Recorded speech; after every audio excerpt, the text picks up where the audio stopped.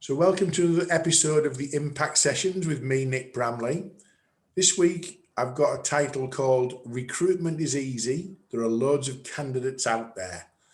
And my guest this week to discuss this is Charly Melia. She's the Managing Director of Integrated Recruitment. I've known Charly for a little while, and she's a lady who looks at recruitment from a very different perspective. I'm going to explore that over the next 35, 40 minutes. So welcome to the Impact Sessions, Charly. Thank you very much for having me, Nick. Looking forward to getting into the ribs of a potentially controversial subject, which a lot of people have views and opinions on, don't they, in terms of recruitment? Oh, yes, definitely. It's always a hot topic. Okay, well, I've got a few questions lined up. Let's have a conversation around those. I'm going to start with one, maybe a little bit controversial. Recruitment's one of those sectors that seems to divide opinions across the business community. So some people see it as essential and it supports their business and their growth plans and whatever, whilst others have a real genuine aversion to anything attached to the phrase recruitment or agency. So why do you think that the sector's got such a patchy reputation, and what's the background to that? I mean, generally, it's just full of wide boys, isn't it? It's full of these absolute pain in the bum people that just ring you constantly. I mean, they border on stalking you to shove a CV in front of you. So I think recruitment's got a really bad reputation because of the way that the industry has developed over the years. And so you kind of say, oh, I work in recruitment, and oh God, you're one of those, are you? You're one of those salespeople. And it's because they are a machine. And the big boys, the big players out there, we won't mention names, but the big agencies that come to mind, they absolutely train you. And I've worked in one many, many years ago. They train you to be bulletproof from these companies. And you try every single trick in the book, and I've done it, to get through the gatekeeper and speak to the person that you need to speak to. So I think by doing that, you really lose the respect actually of the client. But there are some fantastic companies out there who specialise in recruitment, and that is recruitment agencies, but that's also other companies, and I'm going to say that obviously like mine, who do things a little bit differently. But yeah, I think because there's a lot of very inexperienced people, a lot of people who are afraid of their own targets, so they have to be a pain, and just a general lack of care has given the recruitment industry a really, really bad name. I think there's a lot of churn, isn't there, in some of the bigger places in terms of an acceptable level of people who they say will give it a go, but then, you know, if they don't stay, they don't stay. There's another one coming out of university or off the production line. So I do get that element of, you know, it's just a numbers and a churning activity. So I'm not going to defend recruitment. I'm not going to support it. It's not for me to do that. But how long have you been in the sector then, Charly? And when did you set integrated recruitment up? So I walked out of school and walked into recruitment. So that is nearing on 18 years. So I'll let you work that out. But we never ask a lady her age. And I walked into one of those agencies, and yeah, the churn is disgusting. We had a door that meant on a Friday, if you were sacked in a meeting, you were walked out of that door and you were never to be seen again, and somebody kind of scurried in and collected your items. So it's a tough old world. I moved into what we call in-house recruitment, so working within a business to run their recruitment team after about a year of working in agency. So I really hated the agency world. I'm absolutely useless at sales. You know this, Nick. We have many conversation about it. It's not my forte. But for kind of the last sort of 16 years, thereabouts, I've worked within companies to set up their recruitment functions. And that's been from literally starting from scratch to put everything in place for them. Then with the introduction of social media, and that all kind of came properly forward, bringing that side of things into it. And then through to the apprenticeship schemes, the graduate schemes, everything else that you might want to look at. And then sort of in the last couple of years, going in and fixing recruitment teams. So where there's been something in place, but it's not quite worked for whatever reason. So looking at what are the measures of success, what's the impact that this particular business needs, because every business needs something different, and what can we do to make that happen.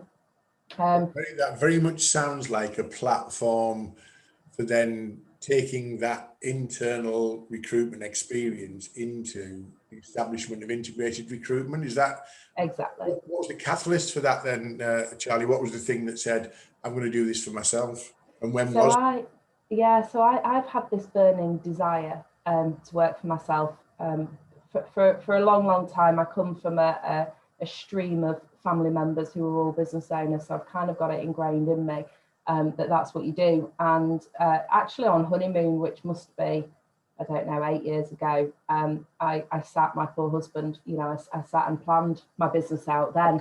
And it's taken all of that time to really pluck up the courage to go, right, sod it, I'm doing it. Let's do it. I probably picked the worst time in life personally to do it. 2 kids, a husband, a hell of a lot of bills.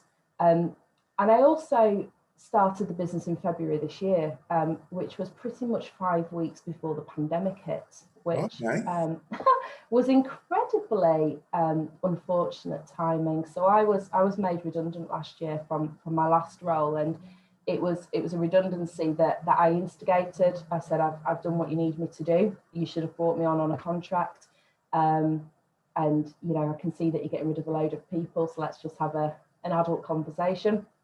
And that's what we did. And I launched the business officially at the beginning of February. And do you know what? We've done okay. The business has been pretty resilient. We've had some incredible people around us to support the business and get where we needed to be. Okay. But I could really see that all of the experience that I'd had through the different companies I've worked for, I've typically moved every couple of years. So I've worked for lots of different companies, and that's because I've gone in and done what I needed to do and then could come away. But I could see that there was an opportunity for the smaller businesses who wouldn't have the access to having an in-house strategic person. So we're probably going to rely on these recruitment agencies who have a place in the market without a doubt, but probably don't offer the level of strategic support that these businesses need. And I felt that I could offer something a little bit differently to the market. There's quite a few virtual recruitment companies out there, but actually a lot of those have come from an agency background, so they've not done the strategic work. So in my opinion, there was a real gap in the market, and I think that's why this year, it's going okay. So what's the difference then? Because you would look at it from the outside and say, surely there wasn't space for another recruitment agency in a crowded market.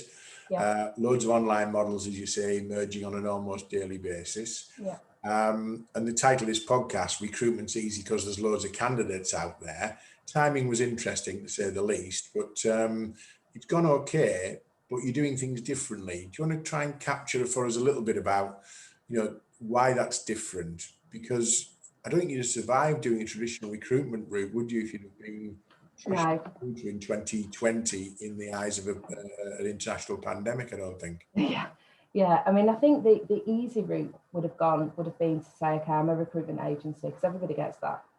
Okay, you're a recruitment agency, Charlie. Here's a job. Go fill it. Run. Off you go. And I was hell bent that I wasn't going to go down that route. It probably commercially I've probably done a bit better, because they charge stupid fees for doing very little. But the reason why it's different is I'm so incredibly passionate about planning for the future and making sure that whatever decision and investment a business makes, it's because of the future, and it's because they want to achieve something. And every business, or most businesses, have a plan. I think everybody's plan's gone a little bit crazy this year, but we've all got kind of a flag in the sand to go, this is where we want to get to, whether that's in 3 months' time. But I don't think anybody's talking about 3 years at the moment, but in a few months' time, this is where we want to get to. The only way people are going to get there is by having the right people in business to get them there. And so the way that I do things a little bit differently is we take a step back. So I really try to encourage that business to not do knee-jerk recruitment, as I call it, not do this panic of, oh my God, Bob's walked out, Bob's a warehouse operative, I need another warehouse operative, go find one. You know, it's actually taking a step back and going, okay, what has just walked out the door? What else did Bob do? What were those other skills? Do we still need those skills? Especially at the minute, how everybody's having to pivot because of what's going on in the world. Do you need that anymore? Or do you think you need it because that's what you've always used? What else, who else do you have in the business? Could somebody else do it? So we look at, you know, some businesses who are furloughing one side of the team, somebody that we both know, Nick, you know, they've got one area of the business that they're putting through furlough, but another area of the business is absolutely booming right now. Well, actually, the obvious thing is, let's move those furloughed employees into this other side of the business, because the skills that they have are exactly what that side of the business needs. And the knowledge of a different part of the business can be really valuable in a different role. And it might be temporary, mightn't it? It might just get the business. So that you used the word strategic earlier, and that sounds like that's a strategy rather than a recruitment. I see recruitment often as CV farms, really. You know, a lot of people see them as that. I've worked with lots of recruitment consultants. Some are brilliant, actually, some very professional, some do what they do very, very well. But there's still a perception it's a CV farming exercise. You're talking about being a trusted advisor almost, aren't you, into the business around the sort of whole people issue? Yeah, so there's a couple of different ways that I work.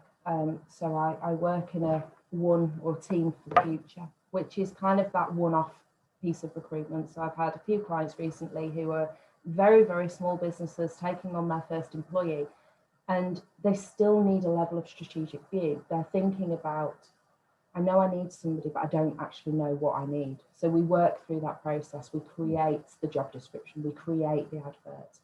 And as we were talking about earlier, in theory, recruitment's really easy right now because there's so many people on the market. So, you know, surely just shove an advert out there on Indeed for free and you'll get 300 applications. Well, yeah, you probably will. And they're probably all pretty crap because everybody's applying for jobs and they don't know what they're applying for because everybody's panicking.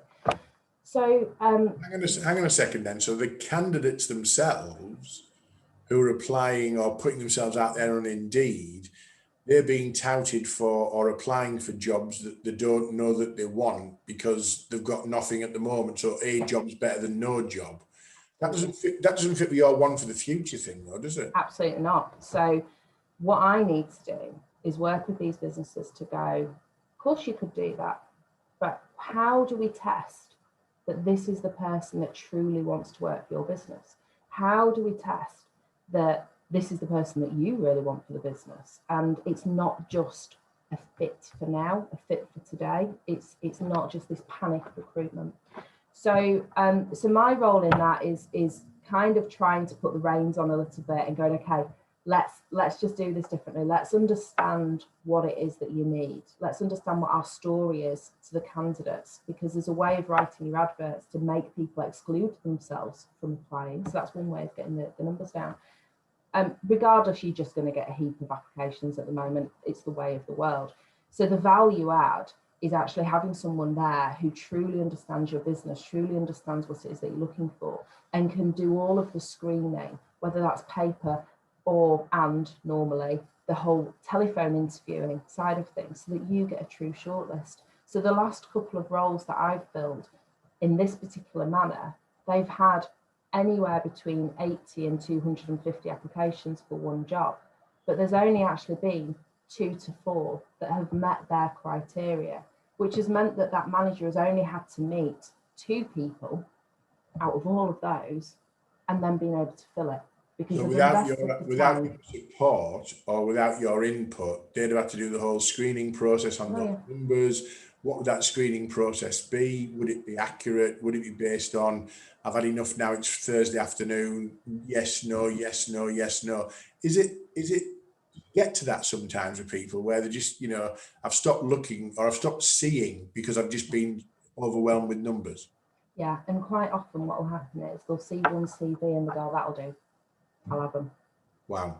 And they've not looked at everybody else. And trust me, it is mind-numbing. It's horrendous reviewing CVs, especially when you've got a lot to go through. But when you find that one nugget and you're like, oh my God, oh, I've actually found somebody, this is amazing. Yeah. And they could have been the person that applied yesterday, but between yesterday and today, you've had 50 applications. How do you get there? The other thing that they have to consider is their brand. So you've put your brand on the advert, and in a job seeker's mind, they expect a response immediately because you should be there waiting for their application to come through. So every minute, every second counts to a candidate from when they've applied to when they hear from you. So if they then don't hear from you for a few days, they've probably forgotten who you are, or they've got a really bad view of you as a company because you just couldn't be bothered to reply. So there's that side as well. The process in place to reply, that might be the, yeah, that mightn't it? Yeah. And then you've got the whole GDPR can of worms, which we won't go into today, but that's just a whole heap of nonsense. So there's that way, which is quite different. The other way, so we have the one for the future, the team for the future, if there's a couple of hires. We then have the building blocks to recruit, which is an off-the-shelf package. It's completely tailored insofar as how we do it to the company, but the principles are the same. So this is about enabling this company to recruit for themselves. So I did this at the beginning of the year for a pharmacy business up in Scotland. They were more than happy to do their own recruitment on a day-to-day basis. They just didn't know how to do it in the right way. So that was a partnership to say, okay, let's put some process, let's put some systems, let's do some training.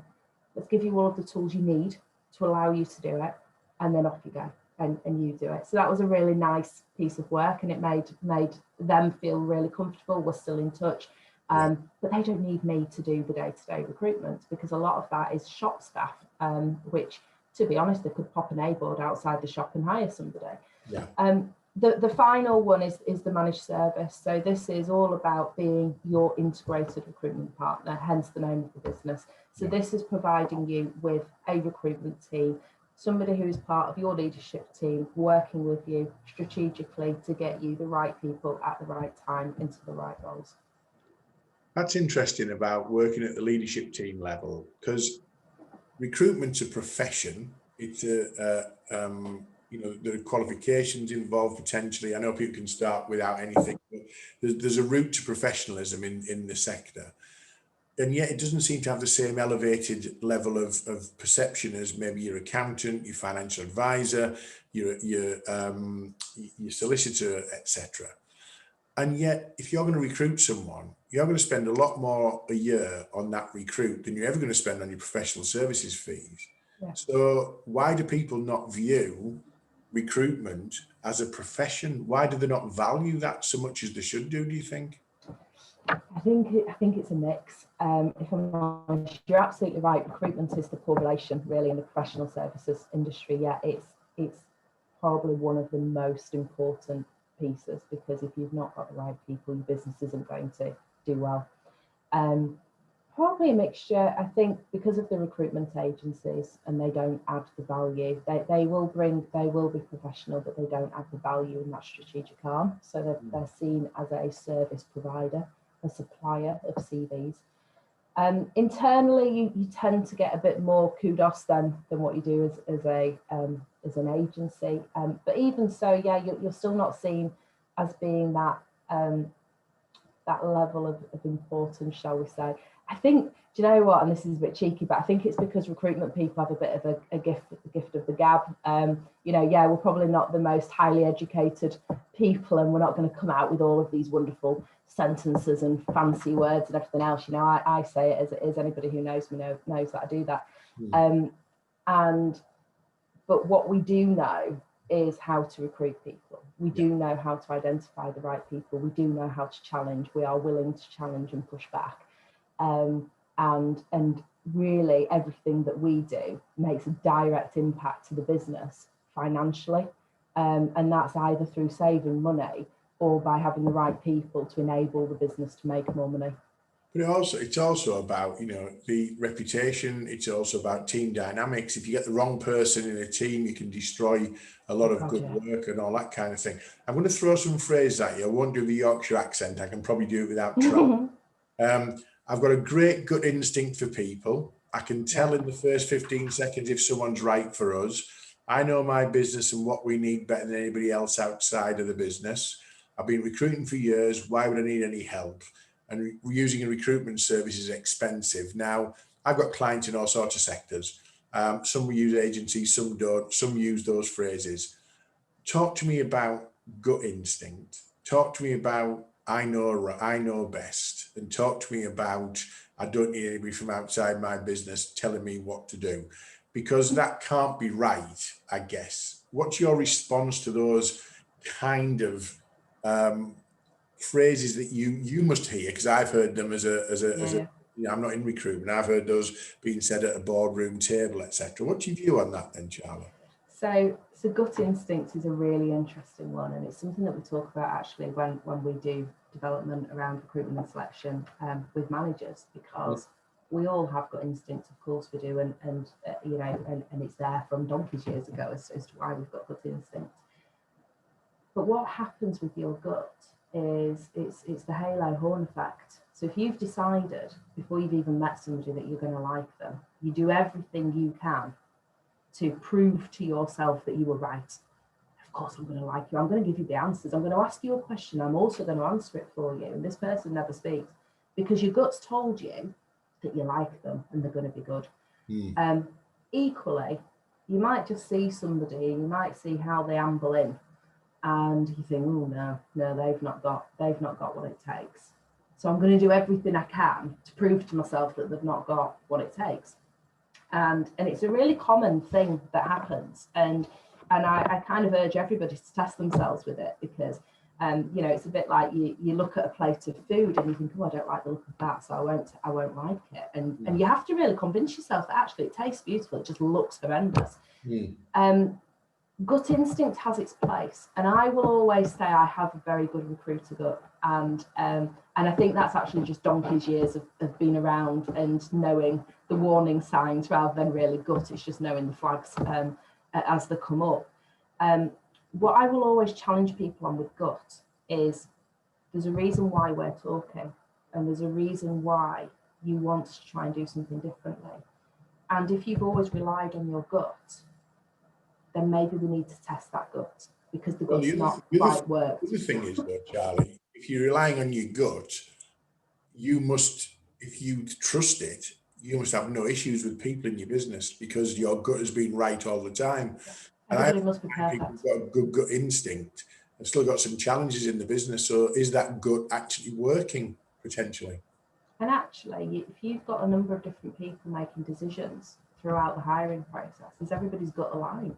Have you all got the same tick boxes for that? And yeah, it's frustrating actually, because when there isn't a concrete reason as to why somebody's not right for the business other than gut, that's hard to swallow, especially when your gut's saying they are and your gut's screaming that somebody else isn't, but they've taken that person on, and you're thinking, but yeah, that, you know, there's a time and a place. But I think if you are thinking of changing or challenging your ways of recruiting, you should equally challenge your gut instinct and partner and trust with other people.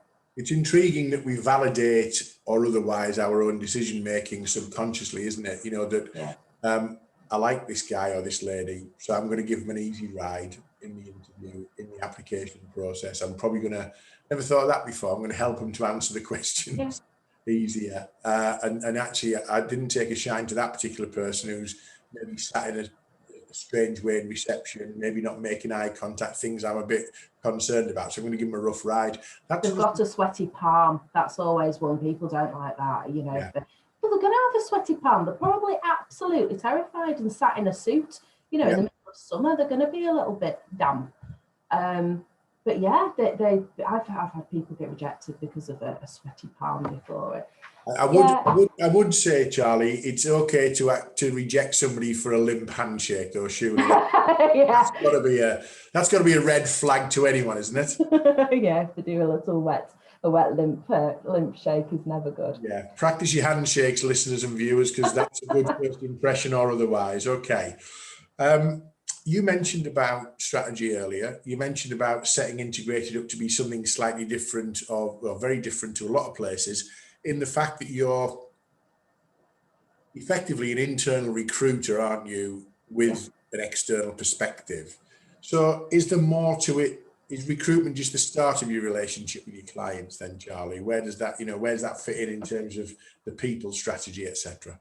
Yeah, so I work hand in hand with HR, whether that's an outsourced HR partner, of which I have one that I personally prefer to work with, but obviously respect other relationships, or whether that's the internal HR department. Internal HR departments tend to hate doing recruitment, so that does work quite nicely together.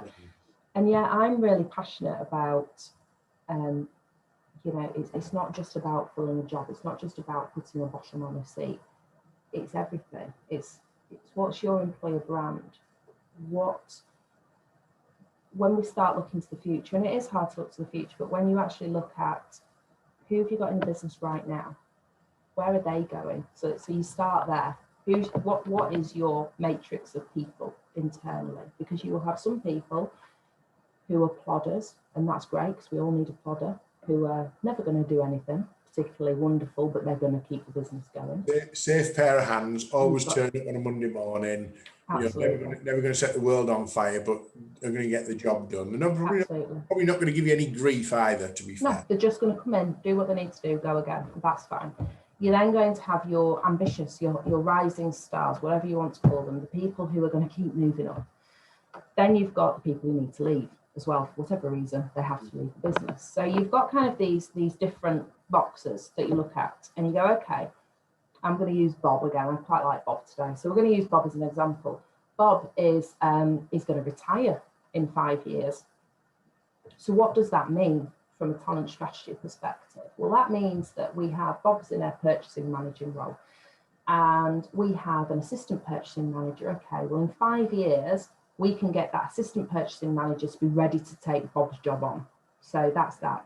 So what you might... a bit earlier if circumstances dictate, because Bob retires to ill health or whatever. Exactly. So there's a plan in place. It's what you call a succession plan. So we have a succession plan in place for Bob, because we know at some point in the near future, Bob is off.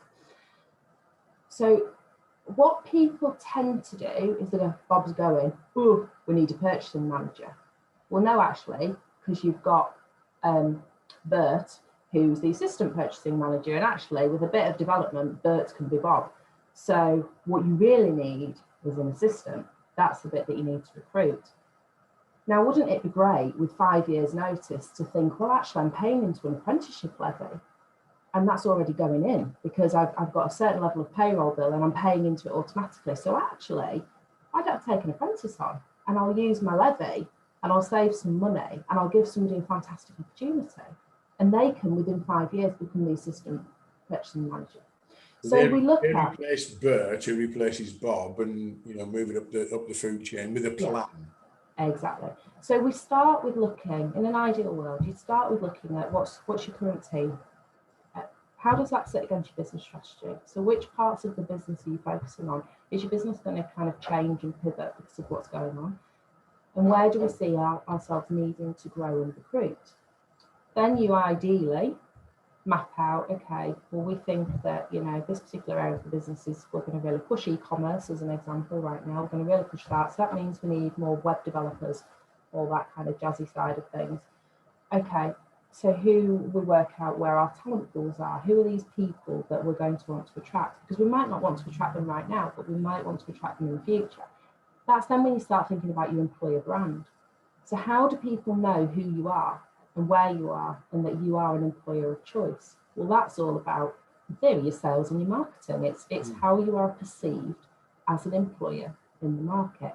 So we look at that whole world, and that's a big old world to look at. There's some really cool, funky stuff to do. But the main thing is being out there, being present, talking, showing your culture, showing people why it's great to work here. Because in the same way as sales, you kind of need to touch somebody 6 times before you approach them for a job. Yeah. So how do we make it clear that we are the industry experts for what we do, so that when we are ready to tap them on the shoulder about the job, Yeah, actually, I'm really excited to work. I was going to say that they're actually pleased and honoured and excited, aren't they?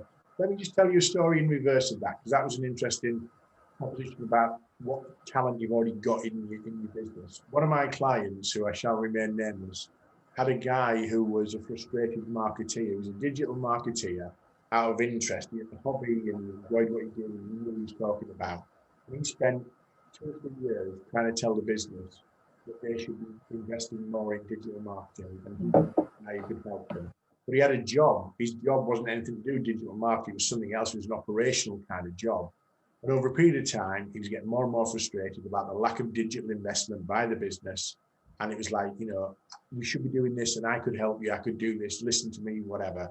And in the end, like you said, he got to leave because he left on his own because he wasn't working out for him. And he was doing a job that he was patently more interested in digital marketing than he was in the operational side. He was good as an operational guy, but the business wasn't listening. And they lost him as a talent, as an operational guy. They lost the opportunity to work with somebody who's a digital marketer who knew their business inside out from being inside the business for a number of years. He's gone on to set up his own consultancy business in terms of digital marketing. And he's now employing 4 or 5 staff and doing it really well. The guy was under their nose and the business was doing digital marketing and didn't look at it because he didn't have a people strategy. He went pegs, holes, square hole, round hole, square peg, whatever. Yeah. And it would have missed the, that's common, isn't it? It's really common. And the amount of businesses that I talk to, that their immediate response to needing to fill a job is look externally. And one of the quickest fixes is to put an internal recruitment strategy in place. How are you having, as part of your one-to-ones, and this is where the partnership with HR comes in, because HR will always look after performance reviews, one-to-ones, that side of things. But how easy is it to just include a question when you're doing a one-to-one with an employee or a performance review around their career? What are their aspirations? What are they looking to learn? What's interesting them right now? Would that, and again, I was talking to a company last week around, this particular girl, she's amazing. And I don't actually know where she's going to be good. Where will she best fit in the company? But she fits. Somewhere she fits. So why don't we do a rotation plan?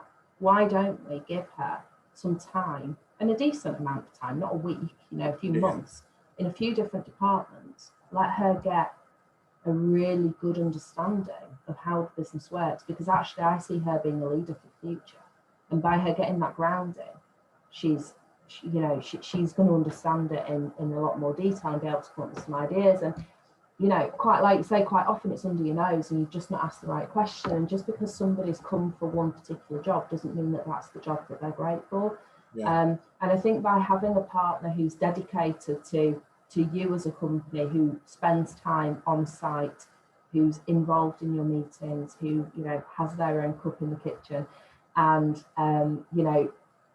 gets it, means that when somebody like me is talking to candidates and just asking those questions around, okay, what is it? What is it that you want to be? You've applied for this job, but just talk to me about what you're looking for from a career. I can go, do you know what? I think actually they'll be better for this particular role. And it's having that insight. Well, I'll be honest with you, talent is talent, isn't it? And it's getting the best out of the talent pool that you have available to you. And that might be a bit of lateral thinking. And given where we are with challenges and pivots and all the other words that go with that, it might be that you're having to redeploy people, but you're better off redeploying them internally than you are getting rid of them or bringing somebody else fresh in, because they happen to have potentially a better qualification. Absolutely. Because what they don't know is your business, and they don't know your culture, and they don't know the way that you want to do with your clients. But just going back to kind of the other stuff that you'd cover, you look at the process, obviously, you look at compliance, obviously. Recruitment is a really risky world, and so there's a lot to do there. But then we look at everything from how you actually bring people in. So from the point at which you've offered to when they start, quite often that's a really big void. It's, you go quiet, you just ignore them for the next month or however long it is. That's actually the richest time to push information to a candidate. So we look at the whole induction process. We look at what can we educate and inform them during that period of their notice period, so that on day one, they're a much bigger step forward than where they would have been if we'd have just gone, oh, hello, nice to see you again after a month. Let's get involved. What do we do with you now? Type. Yeah, oh, we've not got a chair. Oh, damn. So we look at all of that side as well. Okay.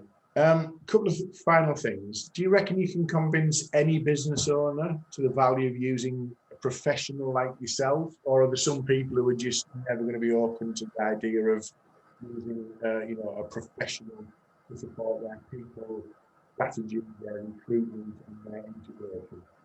No, some people just know better. Some people just believe in their heart of hearts that they know how to do it, and that's what they're doing. Again, had a conversation with somebody the other week. I had a great conversation, all about the strategy, all about, this is what we're going to do, this is how we're going to do it. It's, fabulous. And then they said, right, Charlie, well, what we're going to do is we'll just keep working on the strategy. We'll pick up with you once we've got that in place. Oh, here's a job. Do you want to go fill it alongside a load of other agencies? And I just went, no, not really. Thanks. You're all right. Because I just thought, you've not got what I'm up to. Yeah. And B, there's absolutely zero value I will add to that process if you have already engaged 5 different agencies. And you might have seen my post recently about the rods, the fishing rods and the fish. And I do not believe in engaging a number of partners on working on one vacancy. So, you have people like that who just believe that they know better. That's fine. You have people who see recruitment as a cost. Well, it's not, it's an investment. It's getting it right. It's getting it right first time. The bigger cost is when you've got to get those people out of the business. Do they see their accountants and lawyers and financial advisors as a cost? That's the question I would ask, as a rhetorical question, really. But, do they see their traditional advisors and professional services providers as a cost? The chances are they don't. I'm investing in lawyers to protect my business. I'm investing in accountants to help me to manage my decision making and my financials. I'm investing in a financial advisor to help me to grow and reduce my kind of mitigation for tax or whatever it might be. Why do they, I don't answer the question because we've probably already covered it, but it does frustrate me as a business professional when you look at organizations and go, yeah, but the people side, I'm okay, I can do that myself, unless I completely agree. You can't possibly get it as right as well as a professional could. It's simple as that. Yeah, I completely agree. I'm on exactly the same page. I think with those professions, I'm a very big believer of, if you can't do it, get somebody else to do it. I'm constantly trying to convince my husband that I can't clean, so I need a cleaner. He doesn't buy into that. But I think with recruitment, HR is very different. There's a scary conversation normally when you get involved in HR, so you'd rather not do that. But recruitment's seen as being a very nice thing to do. You're offering somebody a job. It's very lovely and jolly, and you're making somebody's world. But and I think because we are all chatty, friendly, typically people, it's seen as a really easy job. So yeah, why wouldn't you be able to just do it yourself? But well, that's the thing, going back to the title, isn't it? Recruitment's easy. There's loads of candidates out there. It's not about the number of candidates, it's the quality of them candidates fitting into the strategy for your business and being the exact fit. Going back to what you said there, one for the future, not one for tomorrow. One for tomorrow means you might not be here on Friday, doesn't it? Yeah, exactly. Yeah, I think it's too easy right now to just think, I'm going to put plaster on it and I'm going to fix it right now. And if it's a temporary job, fine. But if it's somebody that you are investing in, who you see being part of your team in the next few years, then just take a step back and make sure you do it right first time. Okay, Charlie, that's been fascinating. It's been awesome in terms of looking at a sector that's much maligned. Some validity to that, to be fair, but I think it's also, my view on recruitment is it's a very strong profession within the people who are strong professionals, who operate there. So I'm passionate about businesses. I'm passionate about people getting it right. So if somebody wants to get in touch with you and talk about strategy, and they want to talk about integrating people and strategy and one for the future, and support around induction and the overall sort of talent pool, What's the best way of getting in touch with you? So I think the easiest way would be on LinkedIn. Okay. And, just for those listening, the way to spell my name is Charly, and then Melia is Melia. I think I'm one of the few on LinkedIn with that name, so probably easy to find. And my number is 07423 105399. Okay, so for those who are watching, I've just put a little slide up there with Charlie's contact details. And for those who are regulars of the Impact Sessions podcast, you will know that it's available on iTunes, Spotify, YouTube, Google Play, Podbean, and Castbox, which is also available hosted on the IMPACTUS Group website and also our YouTube channel. So all the details are there. Like, subscribe, give us a nice 5-star review. That always helps with the numbers. Anything you can do to support the Impact Sessions would be great. For now, I'd like to thank Charly again for her insights and her keeping a language listenable, shall we say, when discussing some of the challenges of working with people who just don't get it. So thank you for your time, Charly. Thanks for your commitment to the Impact Sessions, and I wish you luck with integrated recruitment. Thank you very much, Nick. Thanks for your time. See you soon.